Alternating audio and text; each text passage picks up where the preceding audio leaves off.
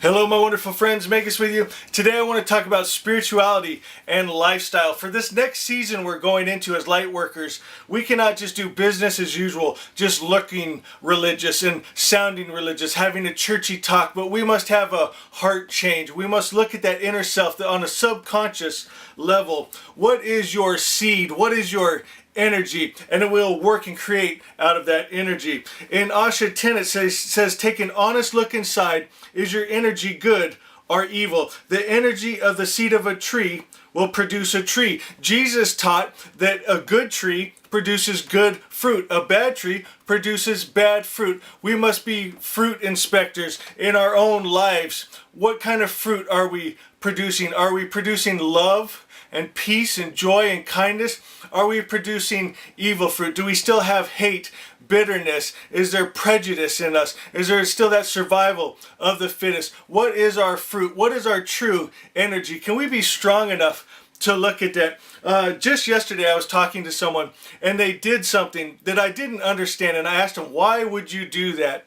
And they didn't answer me. They weren't sure. And I go, I can tell you why I wouldn't have done that, and I gave him all the reasons why. And I said, and I'm not judging you, but I'm just wondering, why would you do that? And he had no answer for it. And I find that with people, sometimes I'll ask them, why would you say that? And I could tell them why I wouldn't want to say that, but they can't tell me why they would say that. And that's usually a sign that they're working out of a root, just something out of habit and just negativity and bad fruit. My friends, we have to go to a subconscious level. We can't be so busy all the time that we can't get to know ourselves, our own heart, our own energy. What energy are we? I don't want to be negative. I don't watch the news, but just a couple days ago, someone told me they were watching the news and a politician was calling out the other side, saying that they can't see the divinity in people. They're saying the right words, but if you look at her lifestyle, if you look at the laws that she has passed and believes in, and the things throughout her political history, she is not on our side.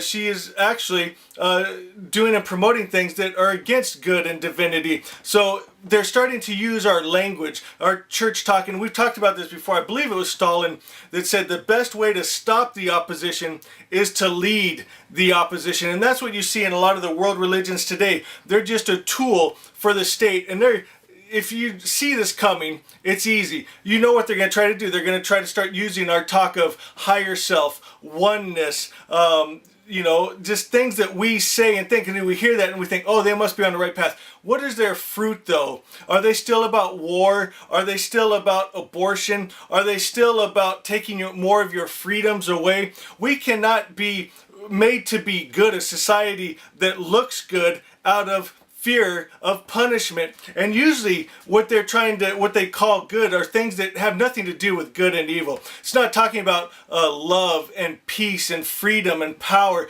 They're talking about be a good student, be a good citizen and pay your taxes, be a good churchgoer and pay your tithe. There's always something they're trying to get from you. Take away your freedoms. You sacrifice for your country, sacrifice for them instead of living in your dreams and desires. And I'm not talking about being selfish. I'm talking about living out of that divine spark inside. We're all created to be love and peace and joy. And so the governments, they might start trying to use our ideas, but they're not the government of God. They're not living in freedom. They're using punishment. They're not talking about the highest principles of good love, peace, and joy. They're talking about their ideas of morality. So we have to keep an eye open for that. My friends, what is your energy? I'm going to give you a meditation I want you to do today. And it's just an energy cleanse, if you will. If you meditated with me before, you know how to get to this place quickly. But I'm going to ask you to do this on your own. I'm not going to do it with you, but I'm just going to lead you in the steps. And so what you want to do is get yourself in that meditative state. And then I want you to just picture your body as clear, where you can see through it, just lying there, and see yourself looking at your body. Now I want you to picture the color of any sin that might be in you, be it bitterness, be it prejudice or anger or fear. It may be things passed down that are rooted in you from generations. And I want you to picture it as a color inside your body. Maybe red. That's the one I use.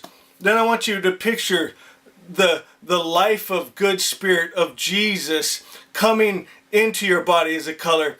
I like to use blue or gold or a bright white light, and see it removing that red, that stain of sin, and just let yourself release any bitterness you might be holding, any anger you might be holding, any fear. Maybe even there's a sickness or injury in your body. See that light going in there and removing that, just making your body whole and pure. And maybe just see yourself now as just bright light, and there's a light all around you, and see it as a shield of protection. And then I want you to do an incantation. An incantation is different than a mantra because you're feeling it, you're being that. And so I want you to say, I am love. And I want you to feel that love vibrate. And when you can get these feelings to start vibrating, picture that light when you say that, start vibrating. I am love. And feel that start vibrating, praise God, in your body. And my friends, you will totally rewire your energy, and you will change this world back to Asha, heaven on earth. I love you. I love you. I love you.